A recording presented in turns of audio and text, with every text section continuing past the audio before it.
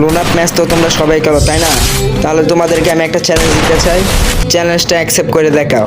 তো আপনারা তো দেখতে পাচ্ছেন বারবার প্লেয়ারদের আমি ঘুষিয়ে মারতেছি, এই ঘুষাঘুষি হয়েছে চ্যালেঞ্জ। তো চ্যালেঞ্জের ভিতরে একটা রুলস আছে, রুলসটা শুনেন সবাই।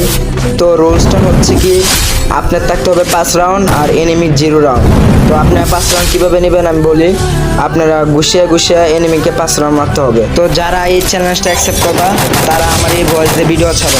তো চ্যালেঞ্জ অ্যাকসেপ্ট, দেখো তোমার ভিডিও হয়েছে কিনা।